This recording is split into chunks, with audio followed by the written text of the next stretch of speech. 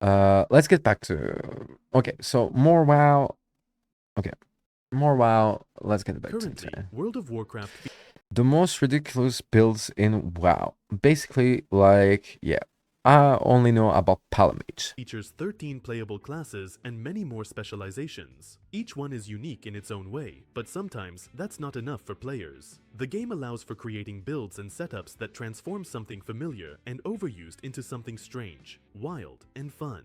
In this video, I want to talk about unusual builds and strategies that gained popularity or surprised others at various times in the game's history. In some cases, this happened due to bugs that unlocked interesting possibilities, and sometimes due to players' ingenuity or the peculiarities of older expansions, which literally made some classes one-button wonders. The Burning Crusade expansion allowed some classes to either go beyond normal gameplay. Even during testing, balanced druids had a lot of fun. What happens if 5 balanced druids in Moonkin form gather in an arena and start spamming Moonfires and Starfires? It Oh my fucking god. Oh yeah, he talks about like fucking multi-boxing. Okay. results in fun and fear for enemies who encounter such a team. In vanilla, by the way, there were also such pranksters. I didn't knew about like that you can moonkin multi-boxing, but like technically, yeah, you can This do that. famous video shows how a druid player decided to leave only Moonfire on their action bar. He went to the battlegrounds and proceeded to kill enemies. Surprisingly, it worked. But these were just individual antics. I once recounted how in the Burning Crusade, rogue tanks emerged who, thanks to a specific build, managed to achieve an enormous percentage of dodge and parry, exceeding 100%, which in certain situations made them practically invulnerable. This in turn allowed them to tank bosses with physical melee damage. It had limited effectiveness, basically only on a few bosses, but it was a pretty fun build that allowed this class to truly feel like a real tank for the first time. When Season of Discovery was released, rogue tanks received a more complete embodiment. With the help of runes, it was possible to create a rogue tank Rogue tanks? What the fuck? that could effectively tank bosses in vanilla raids. This had its own set of inconveniences, but it was quite playable. And overall, Season of Discovery implemented a lot of builds that were meme-worthy or impractical in the past. But let's return to the Burning Crusade. Warlocks, however, could have a much less varied gameplay that at some point Oh yeah, I heard about like warlocks being able to tank as well. Yeah. literally boiled down to spamming just one button. To simplify greatly, there was a famous build whose essence came down to two things. First, the player uses demonic sacrifice to sacrifice their succubus demon. This grants a bonus of shadow damage by 15%. Second, after this, it was necessary to shamelessly spam Shadow Bolt. The funniest thing was when a person pressing only one button for a significant part of the fight could have almost the best damage per second in the raid. This is both amusing and boring at the same time. Hunters were famous for something similar. They have the ability Steady Shot, which proved powerful in terms of cost versus damage output. But you couldn't rely solely on this. We can't forget about auto attacks either, which also contributed. But how to use the ability without interrupting auto attacks? Hunters came up with a macro that allowed them to simultaneously spam Steady Shot and additionally deal auto attacks at a specific frequency so they wouldn't be interrupted and lose some damage. Kill command for the pet was also used. Technically, this could turn an entire class into a literally one-button playstyle, and it could genuinely work in some situations. So, in this regard, Warlocks and Hunters were similar, and gameplay in some builds was indeed very boring. Yeah, especially if it's the best build. Like if it is like the meta and they're like, oh yeah, I got like the fucking meta. You're happy for like 5 minutes that like you don't get to play the game and then you don't get to play the game anymore and you're like, well, actually I was wrong about like wanting to get it easy, get an easy fucking like DPS check, right? Another oddity you might have encountered, though primarily on private servers, was the spell power rogue. Sounds wild, right? Casters, at least, were certainly not thrilled by such players hogging their gear. The core idea behind this unusual build was to stack as much spell power as humanly possible through raid and dungeon gear. The logic, from these theory crafting players' perspective, was that this would significantly amplify the damage dealt by their poisons. The Okay, this is actually an interesting build. Like, this is actually like really creative. backbone of the build was the rogue ability Shiv, which allowed them to instantly apply their offhand weapon's poison. To maximize damage, rogues using this strategy constantly swapped their offhand weapon.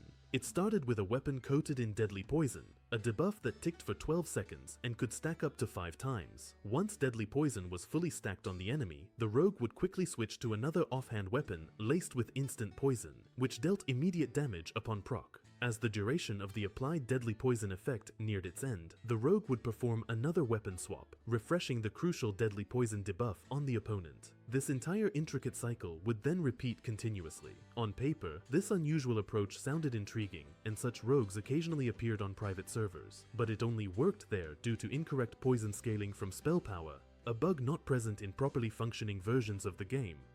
For a very similar reason, at one point in time, you could even find bizarre spell power warriors on some of these same non-official servers. Attempts to create spell power rogues also tentatively occurred on official servers. When So I'm guessing it's like all about bleeds and stuff, Classic right? Burning Crusade finally launched, there were indeed a few forum threads where dedicated players extensively debated the actual feasibility of such a peculiar build on live realms. Some, in particular on twink characters or low-level alts, genuinely undertook similar experimental attempts. A twin character is like a maxed out character for battlegrounds. Basically like you level up to level 90, 59, 39 to be like in the max level of your battleground threshold, and then you max like you get like all the best gear. All the best gear to basically like demolish and destroy everyone in this in battlegrounds. But alas, this entire concept remains a dream for fans of unconventional builds. But you know, it's not all bad. Okay, we didn't quite see a functioning spell power rogue. However, warriors who geared for spirit were definitely a thing. First off, warriors in vanilla WoW generally had a tough time sustaining themselves. They lacked any innate self-healing abilities, forcing them to carry stacks of food and constantly heal up after every skirmish. They also relied heavily on bandages and faced difficulties in multi-target encounters. In short, the self-healing aspect alone presented considerable challenges. But players came up with a solution: gearing for spirit. Normally, spirit governs mana and health regeneration. Since warriors don't use mana, it only affects their health regeneration. Theoretically, if a sufficient amount of spirit gear was acquired, warriors could achieve substantial, strong, out-of-combat healing. Trolls deserve a special mention here, as their racial ability, Regeneration, allows for 10% of their normal health regeneration to occur even during combat. Theoretically, this could even be useful in battles. However, it's obvious that by building such a spec, players sacrificed almost everything else in terms of combat effectiveness. Developers certainly didn't intend for anyone to prioritize a stat crucial for healers and casters on a warrior. While it's possible to carry a spare set of spirit gear for healing purposes and experiment. This is pure despair and fucking like vanilla. Like people are like, no, I cannot fucking like do this anymore. I need to fucking I want to fucking like be able to fight two dudes and not fucking having to fucking take a 20-minute break to fucking heal my wounds, right? And say, well, I guess. By various players showed it could be quite good, healing up to 500 health per tick. It wasn't exactly convenient to constantly swap gear. Nevertheless, rare enthusiasts and madmen who utilized this set did exist.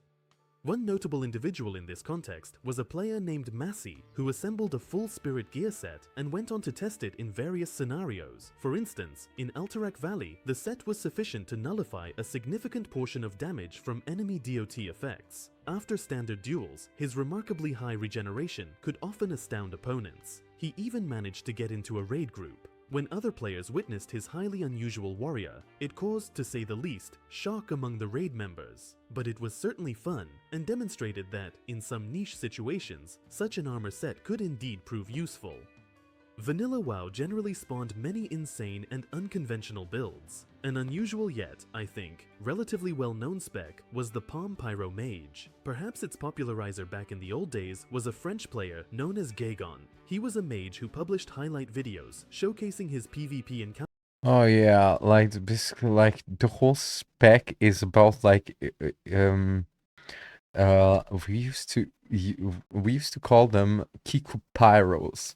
Like because basically like Kiku Pyro mages, and basically like there were mages that like will spec just for to one shot you with their fucking like pyroblast, and Kiku means it was like hello, like basically like not like hello, but like more like childish, like the fucking like uh kitty maids, you know, like because like basically there were it was players that were like playing maids just to fucking like use the instant pyroblast and destroy you instantly or almost instantly, and then like finish you with like another instant spell, and basically like they will, and then they go on standby because like no more spell because basically the whole spec was about like maxing out this instant pyro damage, you know. And basically like we used to call them kiku pyro mages. Encounters in the open world. In several of these, he employed a very interesting and often surprising strategy. The core of the Palm Pyro build is maximizing Pyroblast's power to deal as much burst damage as possible, even at the cost of utility. This tactic excelled in short fights, often killing enemies in a single blow with enough luck and good gear. It worked especially well with surprise or a timely polymorph to control the target. However, in longer battles, the build struggled due to its heavy reliance on burst damage. The build itself is still quite It's more that like you base your like the whole build was based on one cooldown, and once the cooldown is on cooldown, well, you don't have much left. That's what happens. viable today, and it's not hard to find recent highlight clips of players effectively applying it in Classic WoW, both in the open world and in Battlegrounds. Classic Pandaria is coming very soon. However, just over a year ago, Blizzard already tried bringing Pandaria back with a new twist, and it led to absolute chaos. During that relaunch, players could collect threads that permanently enhanced their character stats. On paper, the idea sounded fantastic. By the end of the temporary Pandaria Remix event, every player would effectively become a demigod. In practice, however, it resulted in curious situations, broken builds, and even player drama. Due to the unique scaling mechanics of the event, low-level players unexpectedly became speedrunners. These players intentionally did something that in almost all other circumstances would seem counterproductive. They didn't pay for a Warcraft subscription. When you don't have a subscription, you can play on a limited free character up to level 20. After reaching level 20, you can't level up further until you pay for a subscription. However, the core feature of Pandaria Remix, gaining permanent stats by collecting threads, continued to work regardless of subscription status. Because of the level differential and unique scaling, a hypothetical 1000 units of speed would provide a much larger percentage increase to a level 20 player than to a level 90 player. Once this phenomenon became widely Oh, known, this is actually this is the beauty of the fucking like tryhards. They always fucking like find a way to fucking like like make game developers like go on suicide watch. Like this is so fucking fun. Like these dudes are level legends. 20 twinks became veritable monsters. They were capable of soloing bosses in seconds and dispatching hordes of enemies with virtually no sense of danger. Monks and demon hunters were particularly popular choices for these twinks, partly due to their inherent survivability and partly because of their exceptional mobility. Their accumulated stats reached truly insane values. These twinks were used for various purposes. Some used them to quickly power level friends or other alts, rapidly clearing characters through dungeons. When Blizzard even introduced free play weekends, players were advised not to log on to their level 20 characters lest they accidentally gain a level, which would negate the entire strategy's purpose. Others, as discussed in previous videos about builds, used them for speedruns or breaking dungeons. Sometimes this even turned into a competition. Someone boasted about clearing Temple of the Jade Serpent in 1 minute. Soon after, another player emerged who did much faster. Before that, they had already managed to beat their own records multiple times. Mogushan Palace was cleared in 33 seconds, and Scholomance in a mere 12. Of course, this often involved exploiting out-of-bounds areas and glitches, but it looked truly epic. Overall, it was a real golden age. Yeah, just like basically speed running. Like it's not technically like legit for like to do it for the game, but like within the speed running community, it's actually a fun thing to do. So yeah. For level 20 twinks. Unfortunately, or fortunately, the balance in Pandaria Remix generally defied logic, and this kind of fun was abundant. In several expansion, twinks of pre-max levels gain a certain degree of popularity. In Legion, it was level 101 twinks. In some cases, they were so powerful that players were literally speedrunning dungeons with their help. And when Battle for Azeroth came around, it was time for a new generation to rise. Due to the peculiar scaling mechanics that existed even on regular realms, twinks at levels 110 and 111 gained noticeable popularity during that expansion. But what was the appeal? Wouldn't it make more sense to level up to the cap, 120, and enjoy all the advantages of endgame content? Surprisingly, no. In certain scenarios, these lower-level twinks actually outperformed fully leveled 120 characters, largely because they could equip exceptionally powerful gear that scaled better at lower levels. So what did that look like in practice? Take warriors, for instance. With the right gear and optimization, they could reach a baseline movement speed of 180%, something practically unheard of at max level. One particularly dedicated player even managed to hit 194% movement speed, and with the addition of temporary buffs, enchantments, consumables, and engineering gadgets, some setups allowed for burst speeds approaching 400%. Though only briefly. Basically a Still, speed in axe. practical terms, it meant that on foot, these twinks were untouchable. Chasing them down was out of the question. They were in a league of their own. Many players preferred to use Dark Iron Dwarves as their main race, not for their intimidating looks, but because of a racial passive that granted an additional 4% speed, so it making them a good choice for fast-moving twinks. Still, insane movement builds were also achievable on other classes and races, particularly on highly mobile demon hunters. The practical use of these builds often came from farming communities who wanted to clear old dungeons quickly for transmog, mounts, or other loot. For similar reasons, twinks were even used for things like boosting other players or completing island expeditions in Battle for Azeroth. In those cases though, the focus wasn't just on speed, but also on maximizing damage. For a while, running Freehold became especially popular with characters like these. Some demon hunters were able to solo entire packs of mobs with little effort, so it wasn't uncommon during the early patches of the expansion to see players who hadn't even reached max level clearing island expeditions or boosting others. How did it work? Once again, it all revolved around acquiring the best possible gear.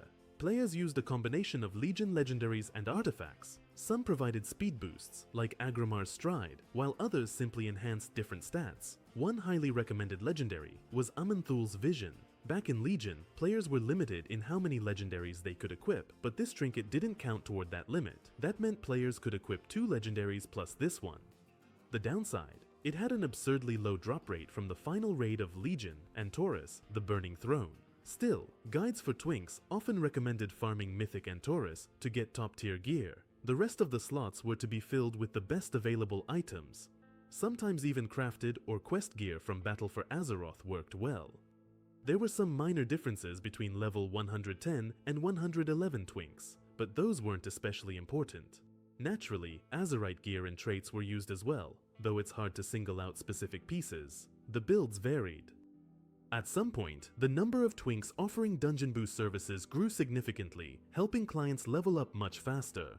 In patch 8.2, the developers noticed this trend. To address it, they released a nerf that disrupted the boosting market. If one of these twinks with XP turned off ended up in a group by accident, say, through the group finder, nothing bad happened. You could say the group got lucky. But if such a twink was deliberately invited, the rest of the group would receive drastically reduced experience gains. Even so, these characters still had their uses. At the very least, farming old dungeons for loot, mounts, or transmog remained a viable and popular activity. Yeah, this was interesting. This was actually surprising.